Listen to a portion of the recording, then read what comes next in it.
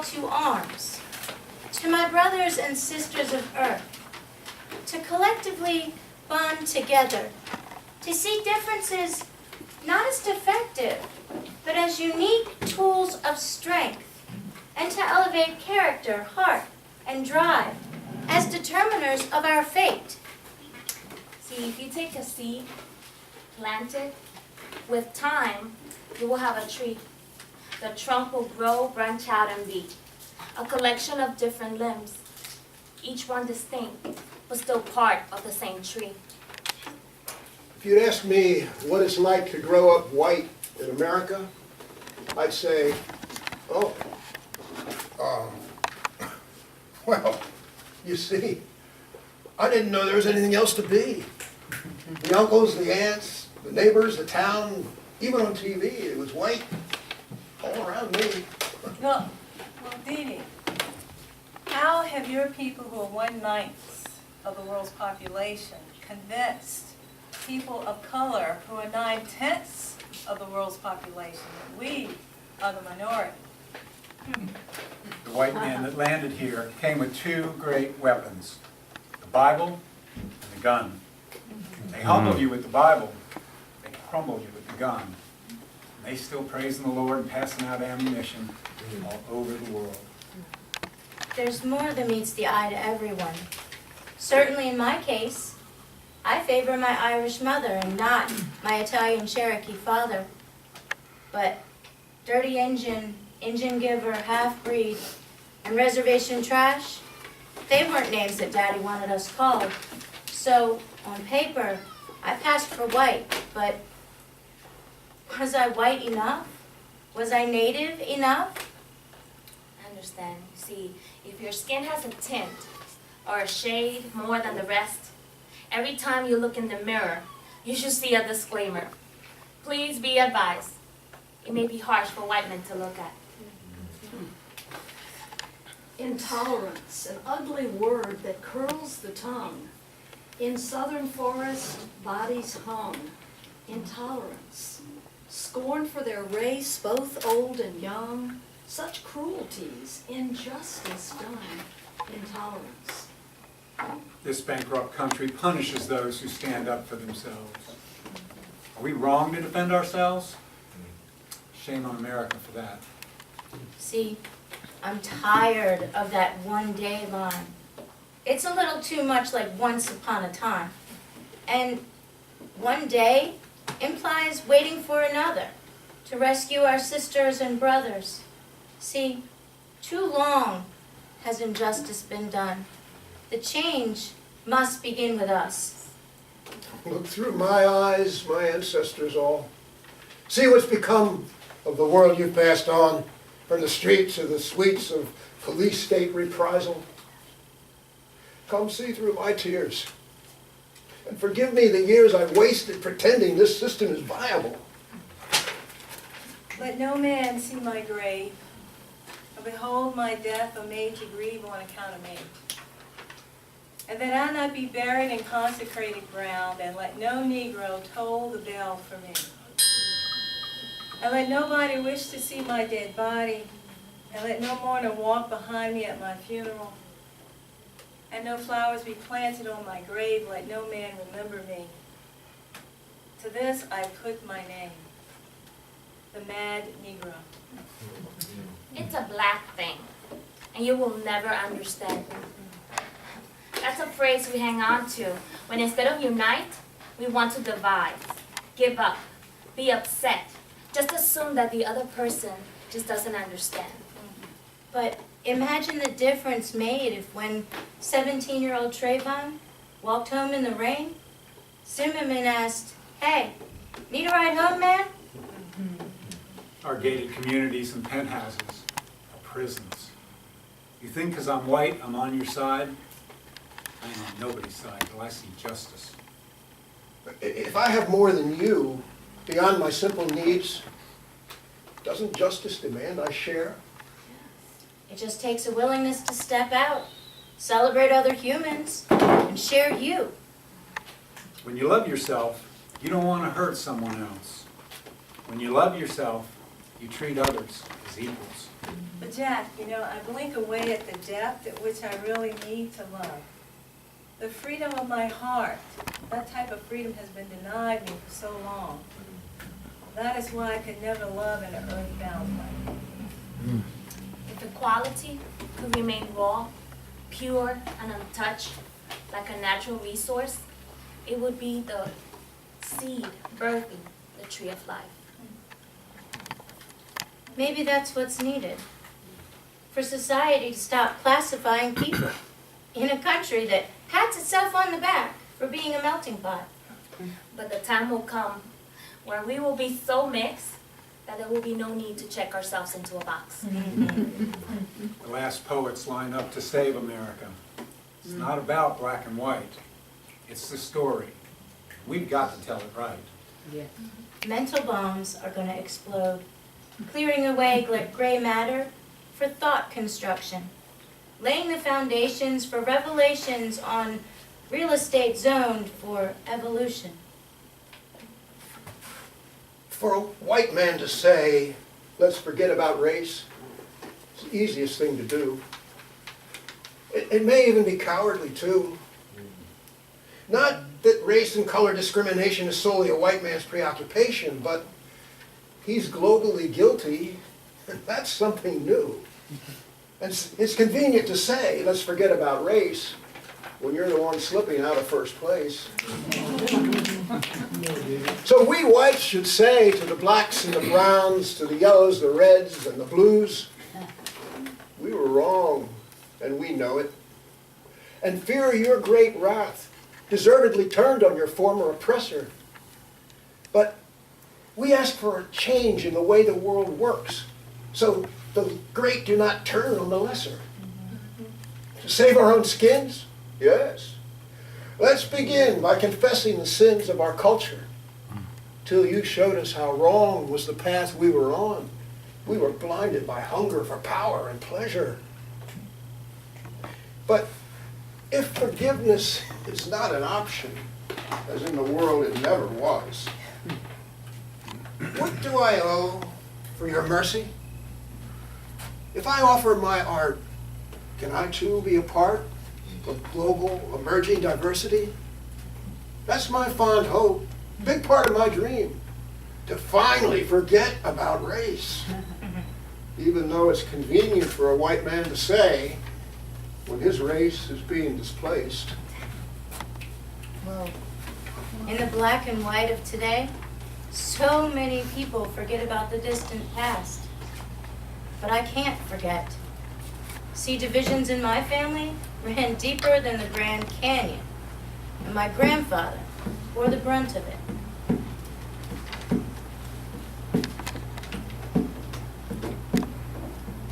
Grandfather, traces of you can be found in my high cheekbones and raven hair, reflected in my speckled gaze, stored in memories below the surface of my face, and even in the way that firewater brings a flush to my skin.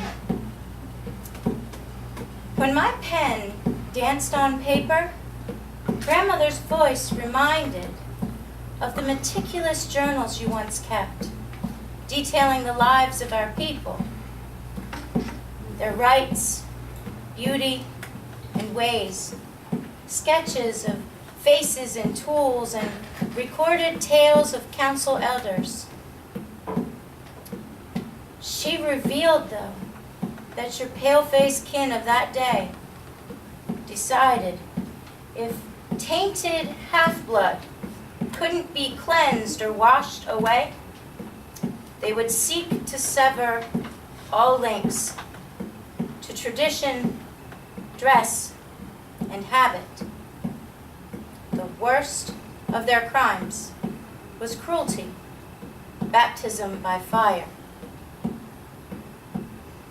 My heart aches for you, grandfather, that they sparked arsonist flames to devour those deeply treasured pages, that family reveled in your agonized, piercing cries and restrained you as the embers floated skyward.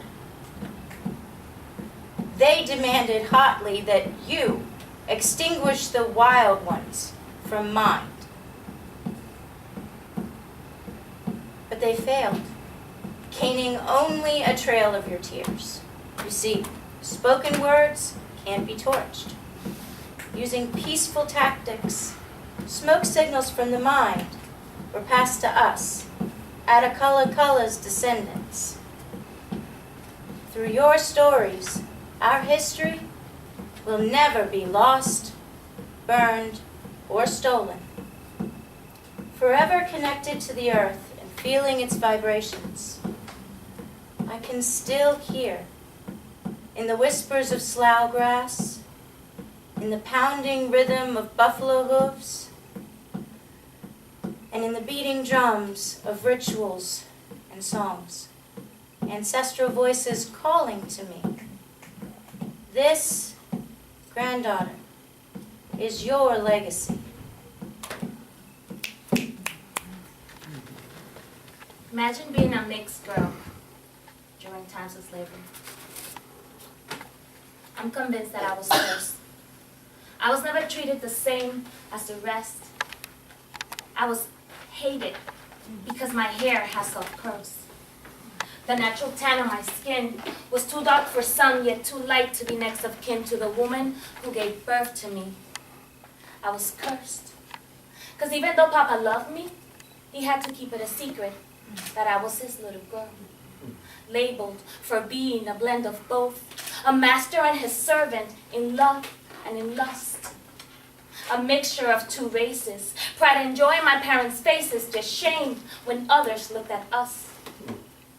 I was cursed for being different, cursed and feeling I will never belong.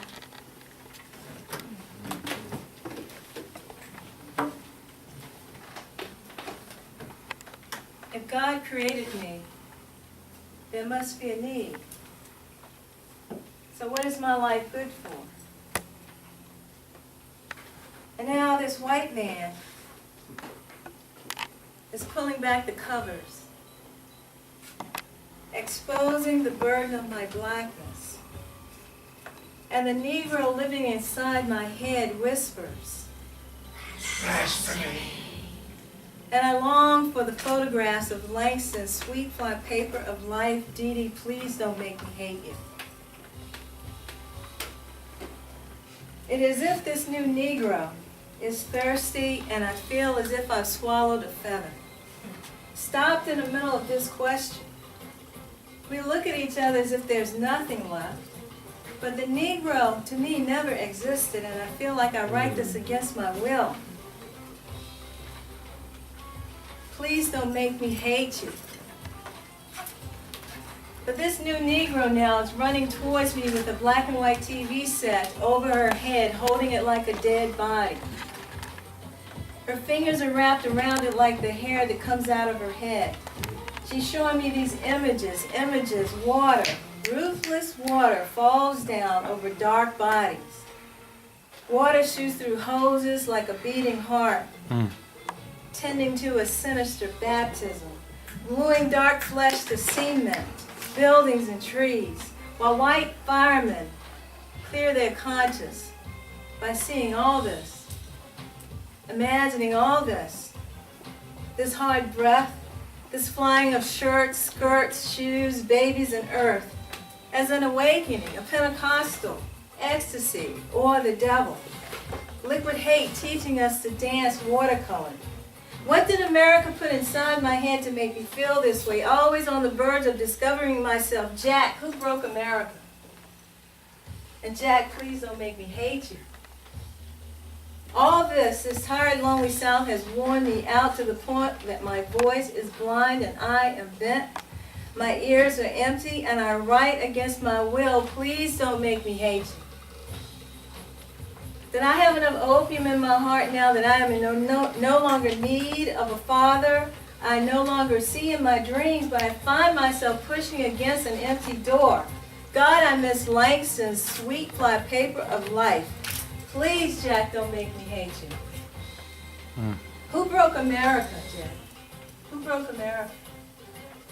What did you put inside my head to make me feel this way? Who broke the world? A divine slave? Please don't make me hate you.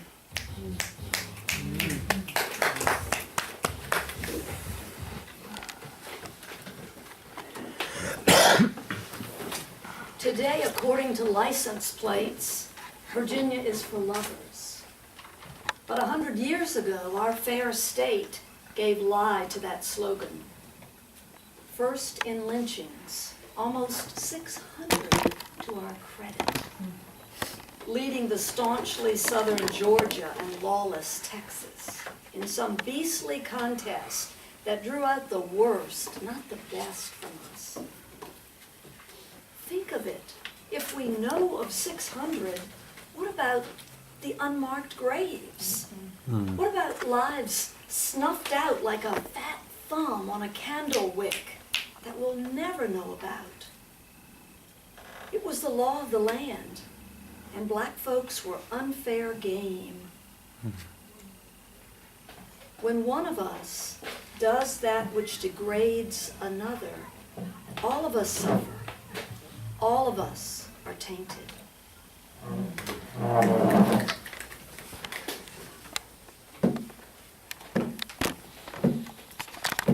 This is a true story. It's about Virginia Boyd, a Mississippi slave. She could read and write, very unusual for a slave. She wrote a letter, still exists. That's how we know her story, told in her own words. With one child in her womb and a daughter in hand, Virginia was sold out of Natchez, Mississippi by her lover, the judge, a chief town man who also owned several cotton plantations and traded and trafficked in slaves. His wife forced him to sell her. I won't have her children here, she made clear. His partner arranged to get rid of her, shipping her west to the cotton frontier. That hole in a slave pen in Houston, before she and her daughter were sold, she wrote a last letter to her former lover, begging the judge to bring them back home. How can you sell your own children, she cried, or forget how I serviced your needs? Surely this cruelty must exceed any offense from my innocent deeds. I'll work my fingers till they bleed if you won't bring us home. Set us free! But the judge never replied to her plea, and Virginia was sold out of Texas, leaving only her letter behind. A judgment upon that gentleman judge, forever shaming his name with the stain of betraying his favorite slave mistress and consigning their children to chains.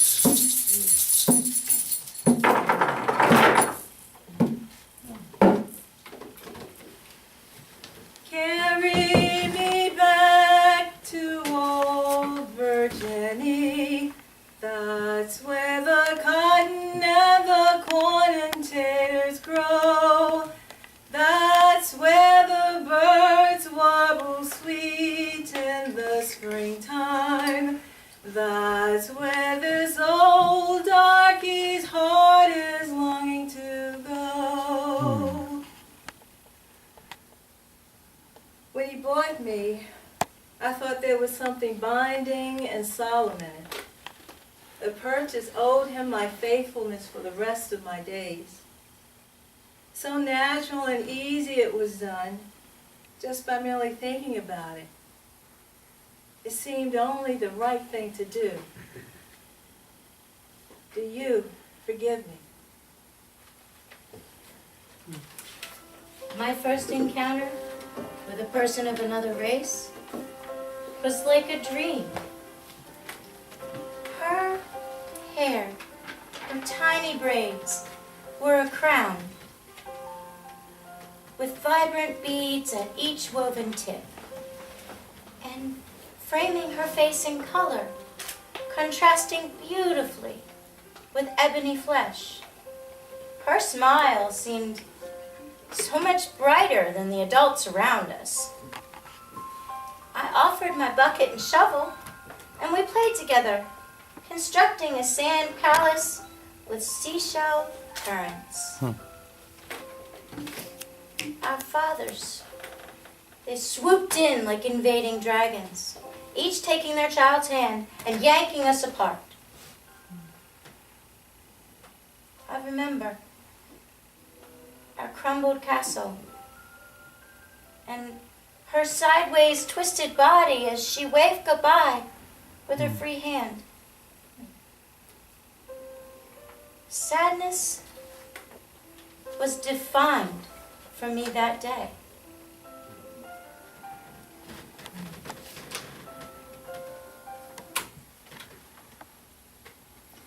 The past used to be experiences that taught us lessons, not to repeat the same mistakes.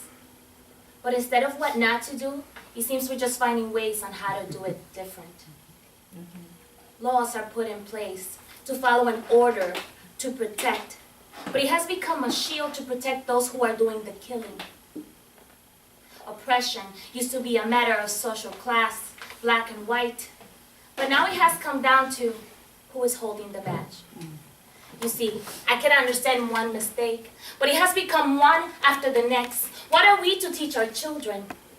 Be careful of how you dress and don't say words you can defend because the recipient may change the message. If you want to survive, be careful and abide to avoid prosecution.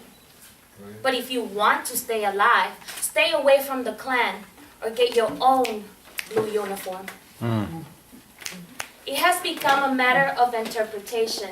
Laws have become perception, and instead of acting, the enforcer does what he thinks is right, because it is his interpretation of what's written. There are no more savages burning people alive, all dressed in white and adorning trees with strange fruit. Instead, they are all dressed in blue, with gold badges and guns, and almost the innate right to put a halt to this life that I've been given. Taking and deciding my fate, wiping the smile from a mother's face, strangling the life out of hope that will never breathe again. We are not repeating the mistakes of the past, but we have found a way that leads through the same path and through a similar outcome. A beginning, a middle, and an end. A vicious cycle that repeats itself. Deja vu with a modern twist, but hate all over again.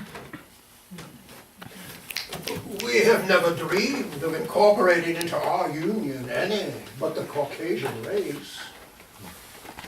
So said John C. Calhoun in 1845, distinguished United States Senator from the great slave state of South Carolina, speaking for all his Dixie peers as a corps of Yankees silently assented. They feared the consequences of equality, of social and political parity, and inevitably of miscegenation, and the white man's precipitous fall into prostration before a rising dark-skinned tide, if there were ever legal emancipation or integration. Shrewd old bigots and domestic tyrants, they forced a civil war that smolders still in cities and towns up and down this land, just for the inalienable right to declare white the color of supreme command. But in white, all colors are present, it said. We whites are made of them all. With a little self-knowledge, you might expect a white man to recognize in every tint a glint of some part of his soul. John C. Calhoun, proud rebel fool, he didn't get it at all. Not at all.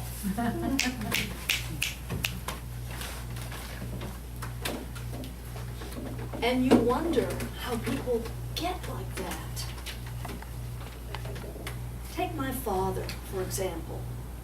Anatomy of a racist. Hardscrabble mountain town, Roanoke, born in 1896. Southern segregation shaped him. Tender young boy starting out, worshipped his mother, hated his violent stepfather, who returned the sentiment with enthusiastic abuse. After a final beating with a shovel, the boy left home. He was all of 8 years old. Got a room in a nearby boarding house, went to work in a shoe factory at a time when children put in 10-hour days and nobody thought anything of it. He sent his mother most of his wages each week until she died, and he tortured himself for not protecting her more. Nursing a growing hatred, he never returned to school, added alcohol to his mix of pain, solidified his smoldering rage with justifications, always held low-paying jobs. His bosses said he was a hard worker, a decent kind of guy. Is it possible to have good qualities and still be prejudiced? A son of the South, not knowing how badly its poison infected him, looked for someone to blame. All his life, heard talk of niggers. Never thought of them as folks like him. They were that other. Needed someone to look down on. They fit. He married, had a large family, worked multiple jobs to support 5 hungry children. Always chafed that he lived with his mother-in-law. His health failed.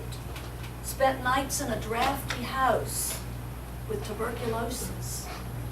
Kept working 3 jobs, factory shift at night. Bus driver by day, cab driver on the weekends.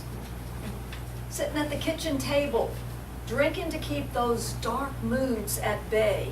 He transferred a lifetime of blame to others, never mind that they were blameless. Someone had to pay for his heartache. Someone had to bear his wrath, his iniquity, his impotence. In his ignorance, that someone was the entire black race.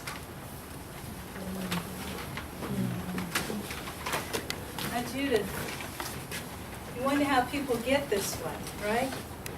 Well, I have to tell you prejudice that rides our backs, that caused a whole race to commit suicide. When the unwritten word is a beat, a constant beat that left us speechless, the constant humiliation, and as Mr. W.E. Du Bois writes, the disdain for everything is black, from Toussaint to the devil. For example, what need of beauty for half women? This thought that we are akin to monkeys, no longer desirable, mules of the world. This was the beginning of suicide of a race. So people can be prejudiced and have good qualities. Well, to me, that reeks of self-deception. To me, this reeks of self-deception as we continue to try to divide the personal and the political.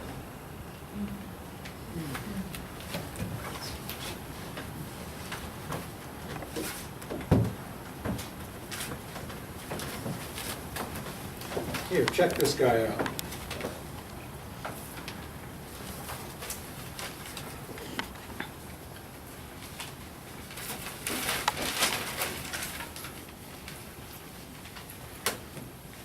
The moment they don't like something, they take to the streets, yelling, screaming, carrying on.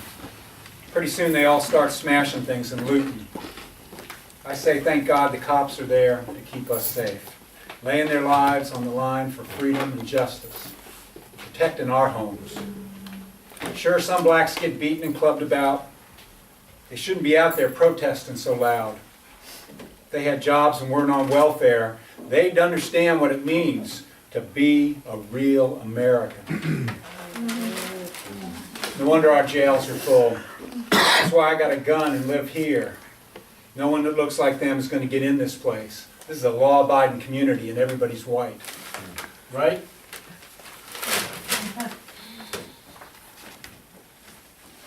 Me and him. What does he know? I've been married to this bigot for too long to put up with much more of his racist bullcrap. Trying to have a meaningful conversation with him is just like trying to talk to a brick wall. You just can't do it.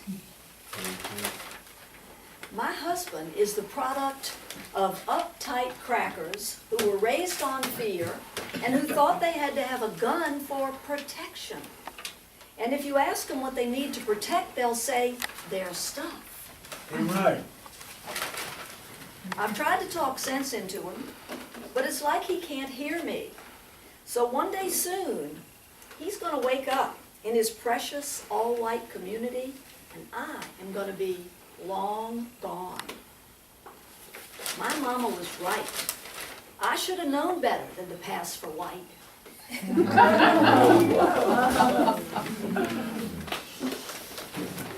Part of your brain is missing. You wake up in the middle of the night and cry out, "Deliver me from the vision of me," wishing I were dead. So, you are terribly intoxicated from puffing some 17th century colonial liquid shit. I don't know why I think I need you to be my friend forever, Mr. Racist, so here is what you're going to do. You will get sober. That's right. You will lie awake at night wishing I were dead, and you will wake up in the morning wishing I were dead. But you just got to get through it, all right? You'll wake up wishing I were dead, wake up wishing I were dead. But one night you're asleep. And one morning you'll wake up wishing I were dead just a little bit less. And then you'll start wishing I were dead altogether. And then you'll start wishing you had a life. And then you start living. And Mr. Racist, that will be because of nothing. And then maybe you would have paid me back for everything I have done for you. Nothing. And you and I will owe this freedom to this nothing. So if you must fight, Mr. Racist, if you must fight, fight with yourself.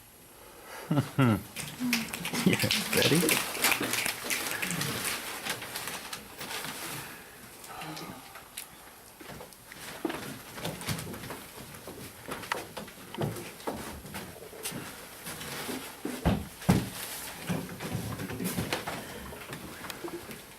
Why are we okay with assumptions? Perhaps afraid of asking a simple question, we rather allow perception to dictate first impressions. Why is my skin a label? Why must there be an explanation attached to your perception in order for you to determine if I am a worth-knowing kind of person? Why are you so afraid of the unfamiliar? That when we can't point to what society deems as the norm, we feel threatened by the possibilities of what's to come. But all I'm asking is for you to give someone like me a chance. Give me a chance to be. Don't delete me even before I've made the list. I'm not asking for merits that I haven't earned, but after hundreds of years, I know I am more than just a descendant of slaves. I have to admit, we look at stereotypes and we give in, injecting truth into assumptions, giving them room to be alive, losing our individuality to fit ourselves into a pack, falling prey to others' belief of who we are or who we ought to be.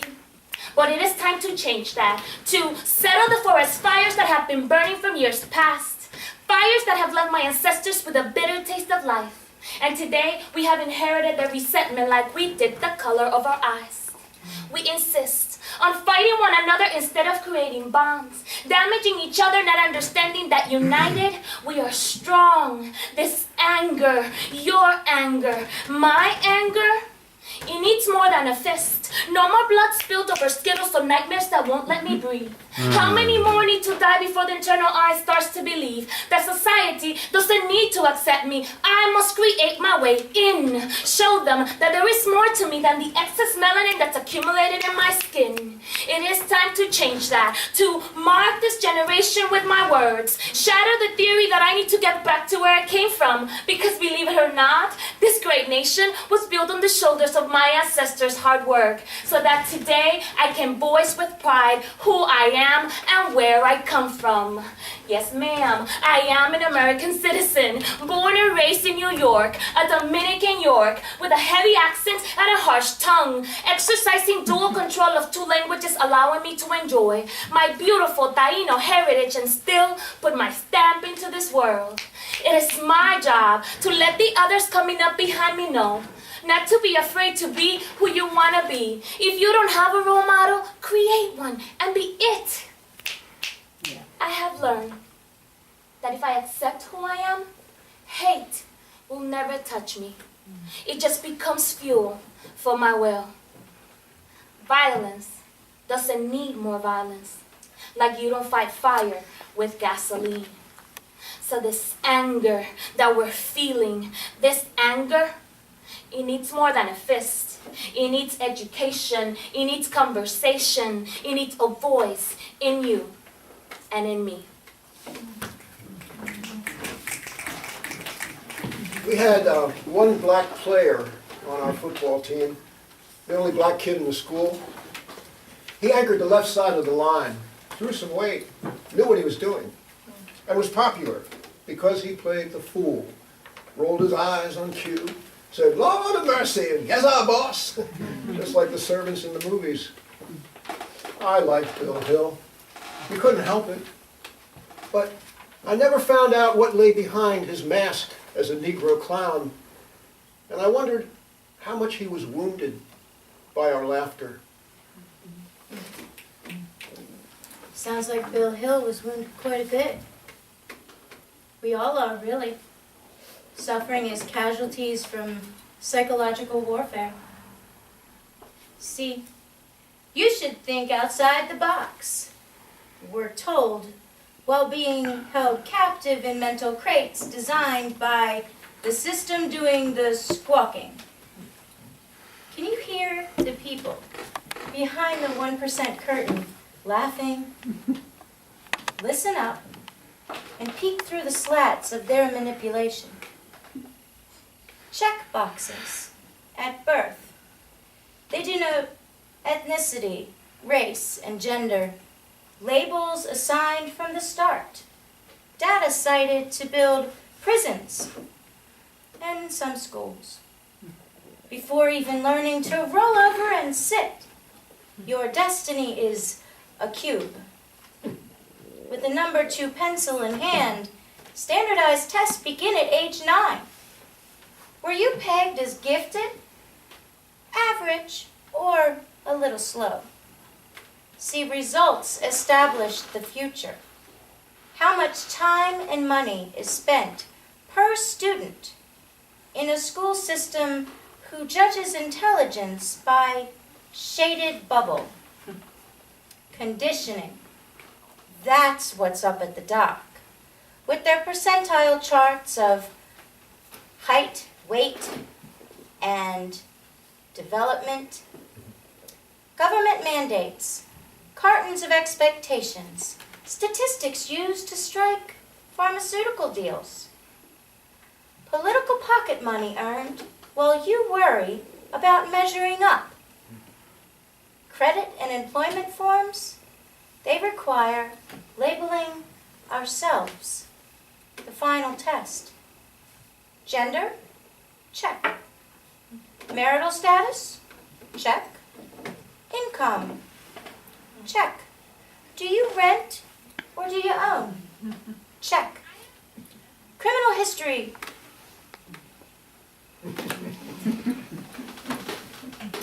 Facts are used to classify, gauge our worth, and eligibility and promise. To generalize on public polls and pen us in as a demographic, encouraged to color, drive, and ultimately to remain inside the lines. We are brainwashed into identifying with 4 walls and 4 corners. Though labels and containers are for canned goods and file folders, we leap like compliant sheep right into their boxes, so controlled that options outside the box cease to exist until the system reminds us. You have the right to remain silent. The police officer has the right to yell at you, point his gun to kill you, and say he felt threatened. You have the right to remain silent. He can stop you because he doesn't like the way you look. He calls it looking suspicious. He doesn't like you. You look suspicious. He can question you with his hand on his gun. He has the right to kill you because he stopped you. He may have stopped you because he wants to kill you. You have the right to remain silent. He may have, if you don't, he might feel threatened. You know where that leads. He can call other officers to assist in killing you. Usually, they will gang up to beat you before they kill you. If other citizens see him stop to kill you, they have the right to remain silent too.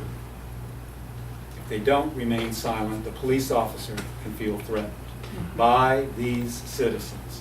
He can point his gun at them to kill them, or he can arrest them. Most of the time it's a question of how many bullets he has in his gun. You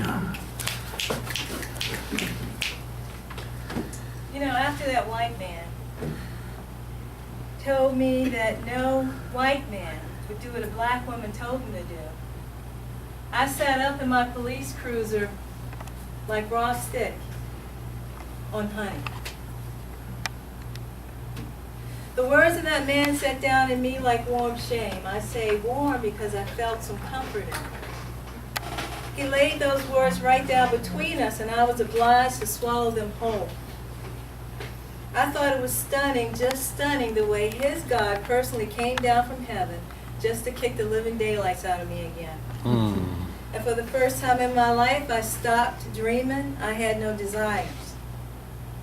When I walked into my house that evening, my God came running towards me at 100 miles an hour, and I couldn't feel my own feelings, you see. I started to hear things that I couldn't understand. So I closed my front door. I took off my badge and gun belt, walked into my bedroom, walked into my closet, closed the door, and sat down in the dark among skirts and shoes. I began to notice my dark elbows, my dark arms, and my dark hands, and my hands got all persistent like. They moved around, and they had to stay in constant contact with each other. I reached up for skirts but couldn't reach them because they were folded. They were hanging over hangers. Uniform pants and shirts brushed against my now nappy hair and seemed to stand on my shoulders. So I stared at my feet and saw these black core-frame shoes and wondered how anybody could make such a freaky thing to put on a woman's foot. I stared so hard that they turned into glass slippers, and I found myself outside of myself, waiting to save myself, waiting to hear how it all starts. It all starts when they put a .38 caliber pistol in my hand and teach me how to kill somebody. It feels like I'm holding the hand of a hysterical man, the barrel moving this way and that. So they give me a 9mm, and I swear, the coolness of the gun feels like jewelry, like a naked diamond in my hand. Wow. The first pull of the trigger, it feels like I'm a slave child sliding down the mahogany banister of my master. The second pull Feels like I'm patting down the hair of Mr. Frederick Douglass. Bullets leave their cells like blown glass, and I swear they hang in the air like gems, while cartridges fall and sound like tinkling bracelets against the pavement. It all starts when they give me a bulletproof vest that morphs my woman's shape. It sometimes feels like a mistake. It sometimes feels like a father's overbearing embrace. It all starts when they give me a police car. It is like crawling inside of an easy animal that wails and waits honestly as I bundle men, women, and children into the back seat. It all starts when they give me nightmares that culminate in secret waters, showing me things, that I don't want to know. Like how tired people really are. Wow. How tired people are? How about distracted? See, mental pictures, they can't be unseen, like that horror movie from age 13. And live images are scarier still when witnessed from the windowsill. Pop, pop, pop, pop, pop! Shots from a road cop. Was it some form of retaliation in the no-snitch land of the G Nation? Does it really matter? Does it really matter? When people scatter and when streets and our children's playgrounds become makeshift memorial grounds, flowers, signs, teddy bears, displayed by those who care, until the next media distraction of those killed for minor infractions. Soon, it's back to business as usual. Names from the news, conversation casual. Don't get involved. Just live your life. No wonder America's mired in strife. War does the damnedest thing to a woman. But if you're lucky enough to be a few shades darker than a paper bag, they think you half man anyway. And you get to walk a beat at 3 o'clock in the morning all by your lonesome. The funny thing is, though, you start to feel like the angel of cool water and cool wind walking down the bluest streets of Norfolk. But you being there don't sit too well with those Virginia boys. And your name starts to stink for a time. You walk outside, the world starts turning around you like a camera in one of those horror movies. Instead of kicking the devil's ass, you realize you're just emptying city council's chamber pots. In the academy, things promised to be apocalyptic. God was on our side. We had the name of righteousness tattooed on our guts, signed by the White House in this war on drugs. We may not have anything to live for, but we damn sure knew what to die for so that our families could eat. Nothing but fragments of time, created by this green beast, feasting on our post-feminine selves, running around with broken wombs and hips. By being kind, we never lose, we always gain. By being kind, we magnify all that is good. Our need to be right lessens, it wanes. We never lose, we always gain by being kind. Well, listen, Judith, God bless you. And I know you pray for everything and everybody. But do you know when to give up? Maybe the real question is, what are the truly beautiful things in life? And how far will we go to get them? Sticky situation right there. In an interracial setting, the comfort level can go to different places. If you're comfortable, you just ask questions. If not, you run the risk of making a fool out of yourself. But never failing, you default into your head, and limited and restrained, held back by the brakes of your own ignorance, forming thoughts in your brain, recalling pictures and words you may have heard, and as if hit by mental diarrhea nonsense flows out with every breath. Big hips Big buttocks? Nappy curls as well? I bet you can trace your history to plantations way back when. Your tall sibling? Tell him not to take up classroom space. His long fingers look better with a basketball rather than holding a pen. He's not smart enough to do anything else. Okay, you speak Spanish? You must be Mexican. Or is it Spanish from Spain? It doesn't matter. I can't stand your food anyway. Tacos give me a stomachache. Oh my God. At this point, I can't believe what I'm hearing. My palms cradle in my face. The room becomes smaller and smaller. And people are flabbergasted. Are you really this innocent? Well, there's no gray matter in your brain. Strange looks from all directions. And I don't know how to feel next. I guess I just feel sorry that there are people who still think this way. But I'd rather sound like an idiot and ask questions than making assumptions and offending everybody else. Here's a question. Where do assumptions come from? On race, ethnicity, worth, faith, sexual orientation? Oh, we all know the answers. Stories, gossip, other people's opinions, fear and biases, ignorance. But it runs deeper than that, to the very personal you, especially in this point the finger nation. See, children can blame others for their actions because they're taught to love or hate.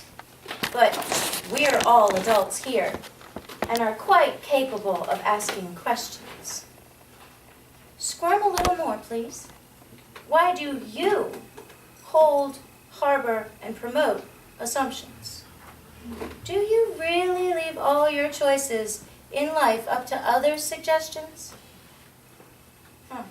Does fear of the unknown trap you in a box labeled familiar?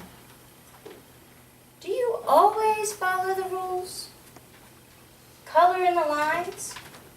Do you only eat vanilla ice cream? Have you never, in your whole life, tried anything new? It's time to wake up from that boring black and white dream and gain intercultural insight and knowledge by employing all 5 senses. To enjoy a vibrant life, step outside your defined lines and experience new sounds of music and accents, taste of foreign cuisine, touch of textures, scents of oils and perfumes, and sight of flesh that's a little different than you. That wonder, joy, and understanding is right at your fingertips. It just takes a willingness to step out, celebrate other humans, and share you. But so many are hemmed in by fear and afraid to walk off that beaten path that they're stuck in a world of destructive mental darkness, causing hate to spew.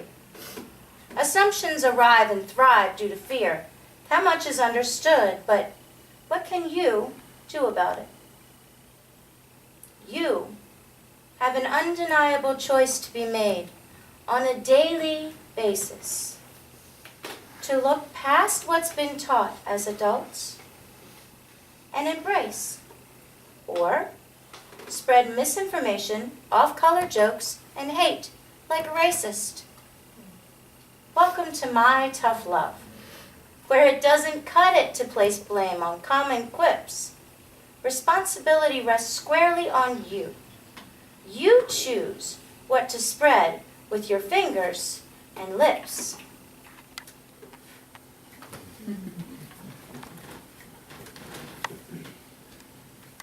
You know, color and beauty are sisters.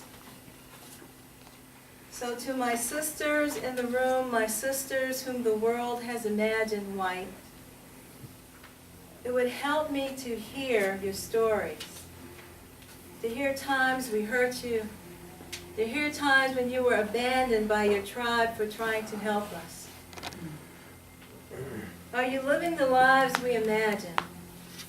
Of fair trials and rights and where men don't lead? Is this true? Do you suffer your beauty in isolation? Do you understand that our beauty means nothing in isolation?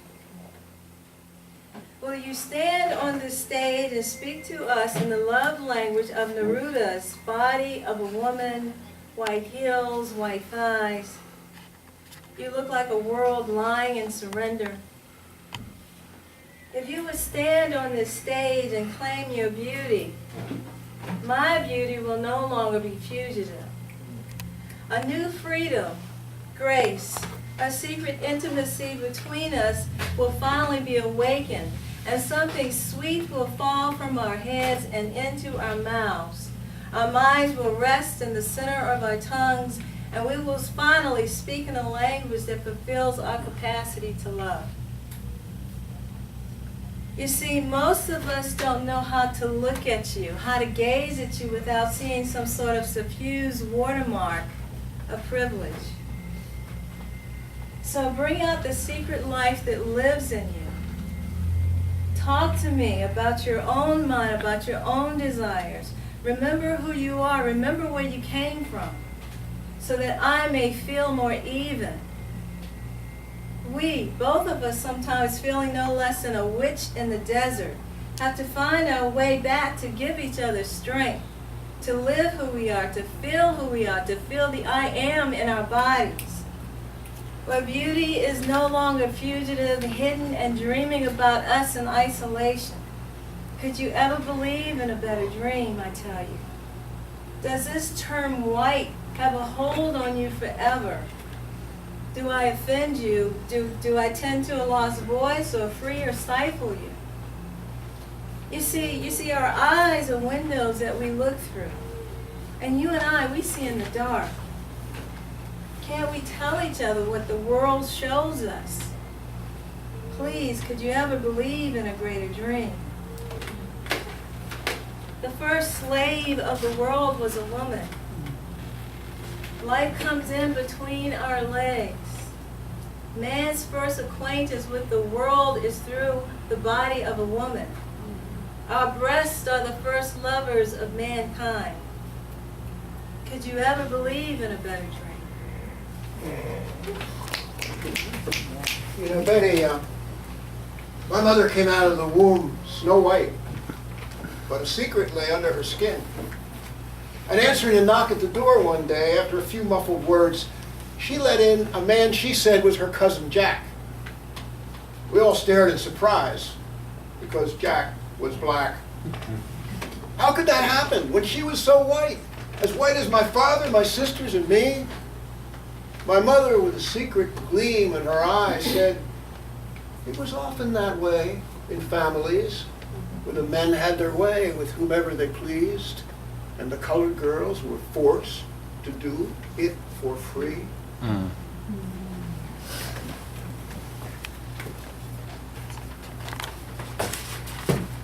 shovel is needed to heal the earth, to bury the bones of our awful deeds. Ain't nobody innocent, all fall short. So many in death and no prayer on leaving. A shovel is needed, a place to dig, a home on hill or hollow down, and gather the bones from graveyard Atlantic, gather the bones from sugarcane break, scatter the scars from whipmaster's evil, dig them a hole and lay them reverently down. Lay them under the tallest of trees, let them lie under the clover green field. Give them a place in the land where they bled. Show them honor and love and ancestor songs. Put the bones right. Let the land heal. Make us be humble and ready to love. To walk hand in hand in the light of day. Forgiven, forgiving might not be enough. A shovel is needed.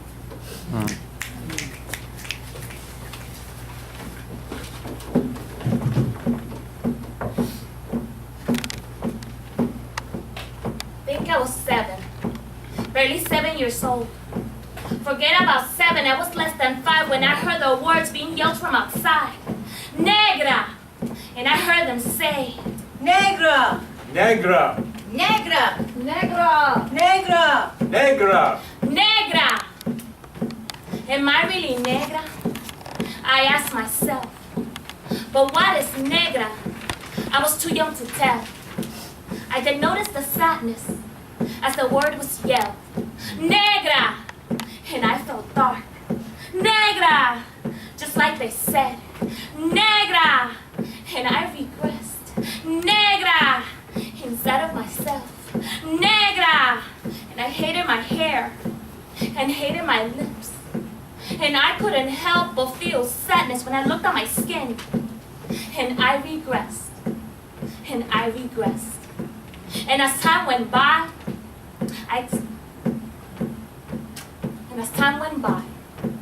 I straightened my hair. I powdered my face, but I could still hear the words as part of my name. Negra, negra, negra, negra, negra.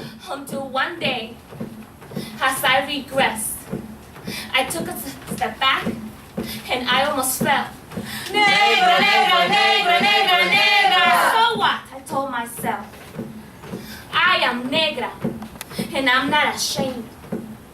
As of today, I will straighten my hair, and I will laugh at those who look and stare, and to those who are mindful, and out of respect, call me a woman of color because the word is so hard to say, but what color is it?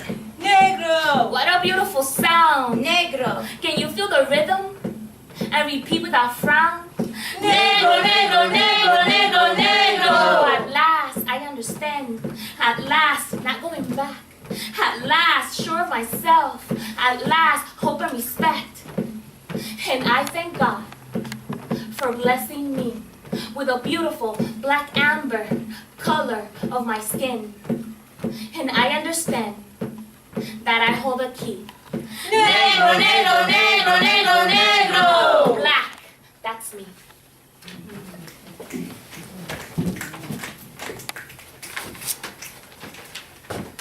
My human condition has tried to put a skin on me, some foolishness about its color, a mark of show giving someone power over me. That someone, whoever they may be, will try to tell me what I can and cannot say. Maybe that I cannot read even this poem, and where I can and cannot be, what I can be called, or how guilty I should feel for being who I am. Too bad. I don't wear that mark. And no one else should either. For I am a child of the earth. When I die, my dust will blow about. My dust will mingle with the earth, and I will be home forever. That's about as free as it gets. I'll take it.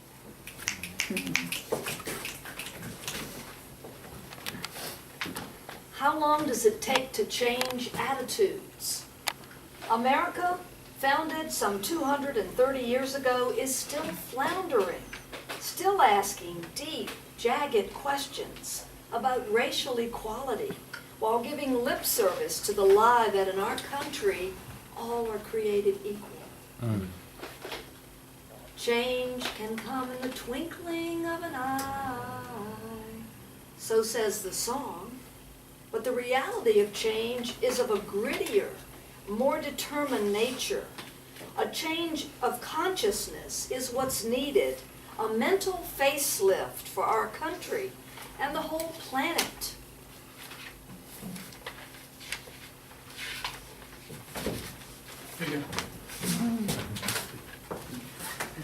Buddha may have had his moment of enlightenment under the Bodhi tree, but for most of us, it will be a slower process as we grow our way to a new consciousness. It's this line upon line work in the trenches of daily life where we will literally turn ourselves into a new man or a new woman that we hope to be. We'll slug it out, not with others, but with ourselves, weeding out those rogue thoughts and actions that do not truly represent us. those learned and practiced responses that have crystallized through repetition into negative habits that no longer serve us. The road of habit must be vigorously attacked by us at every level. Every day we make a concerted effort to be a different kind of person, not a prejudiced parent, a racist friend, a bigoted acquaintance. As we do this, we become less fearful of offending the feudal princes, whoever they are, and more secure in the knowledge of a poet friend who wrote us. Like welding, we have to bring a hard, hot flame to bear, not later, now. We are each one voice, screaming into the wind. A breeze of possibility, but together we are a gust of voices, screaming as the wind. Can you hear us? Our currents whipping around and through you? Can you feel our hearts beating in tandem with yours? We all bleed the same color. Can you feel the energy of the change that's needed, like pending thunderstorms on the horizon? See, currents can shift, and with enough of us, change can be created. Okay, CJ, then let's trust and move beyond antiquity, move beyond the racial baldness of this politically charged ideal white. This has been a millstone around all our necks for so long. Give us the joyful identity of our ancestors. African, Native American, Caribbean, Irish, European. so that we can all become nice, normal people, going about our nice, normal business. Let us cry out loud for happy